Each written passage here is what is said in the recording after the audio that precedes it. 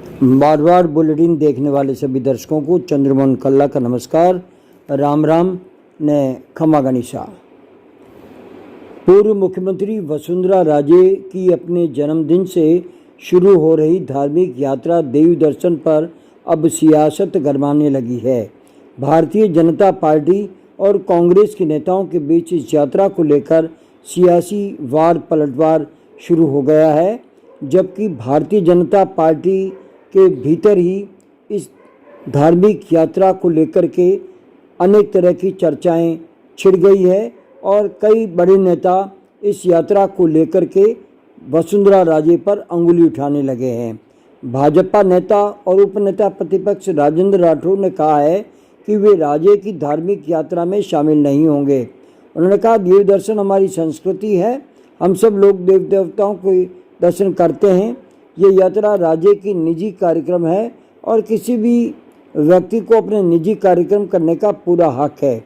जब राठौर से पूछा गया कि क्या आप भी उनके साथ धार्मिक यात्रा में शामिल होंगे, तो उन्होंने कहा कि मैं नहीं जा रहा है उनके साथ। बीजेपी नेताओं, सांसदों, विधायकों के राजे की यात्रा से दूरी बनाने के सवाल पर राठौर ने कहा कि वो कहाँ हमसे दूर है।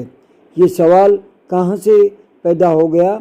वे भाजपा में हैं और भाजपा की जानी मानी नेता है। तो इस बाबत जोधपुर के सांसद और केंद्रीय मंत्री गजेंद्र सिंह शेखावत ने कुछ भी कहने से इनकार कर दिया है। वहीं प्रदेश कांग्रेस अध्यक्ष गोविंद सिंह डोटासरा ने पलटवार करते हुए राठौड़ को राजे ने आमंत्रित ही कब किया था, इस तरह का प्रश्न भारतीय जनता पार्टी के नेताओं पर दागा है। कांग्रेस प्रदेशाध्यक्ष गोविंद सिंह डोटासरा ने राठौड़ के इस बयान पर तंज कसा है। उन्होंने कहा कि राजे की धार्मिक यात्रा में राठौड़ शामिल नहीं होने की बात कह रहे हैं। राठौड़ को क्या वसुंधरा राजे ने यात्रा के लिए आमंत्रित किया है?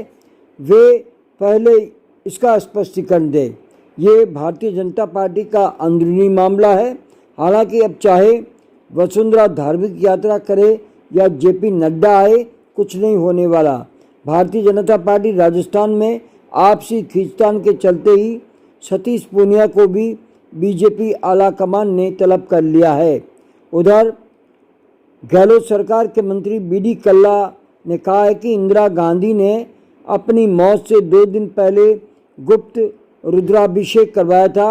वसुंधरा राजे की धार्मिक यात्रा पर कांग्रेस नेता और गहलोत सरकार में मंत्री बीडी कल्ला ने अपना तीखा बयान दिया है और कहा कि मुझे नहीं पता वसुंधरा राजे किस प्रयोजन से यात्रा कर रही है। वैसे धार्मिक यात्राएं आध्यात्मिक लाभ और मोक्ष के लिए होती है। धार्मिक यात्राएं तो गुप्त रखी जाती है।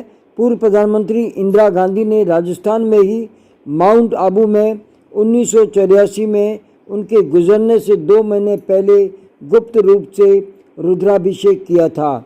बहुत कम लोगों को इसकी जानकारी हो गई। हमने कभी इस बात को जिक्र नहीं किया।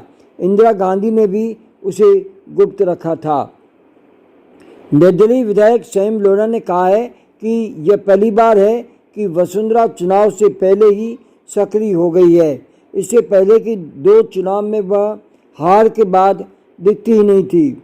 भाजपा हाईकमान ने उन्हें मुख्यमंत्री का चेहरा बनाने से इनकार किया है। उसके बाद अब वह अपनी साख बचाने के लिए यात्रा पर निकल पड़ी है। राजस्थान विधानसभा के बजट सत्र में सोमवार को राज्य बजट 2021-22 पर तीखी बहस हुई।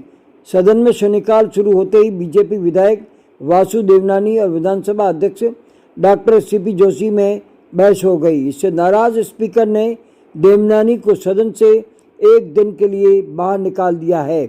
इसके बाद बीजेपी विधायक दल ने सदन से वॉकआउट कर दिया। उसके बाद बीजेपी विधायकों की अनुपस्थिति में ही सदन की कार्रवाई चली। 2 बार सदन की कार्रवाई को 1-1 घंटे के लिए बढ़ाया गया और फिर शाम 7 बजे सदन की बैठक को बुधवार 3 मार्च को सुबह 11 बजे तक के लिए स्थगित कर दिया गया।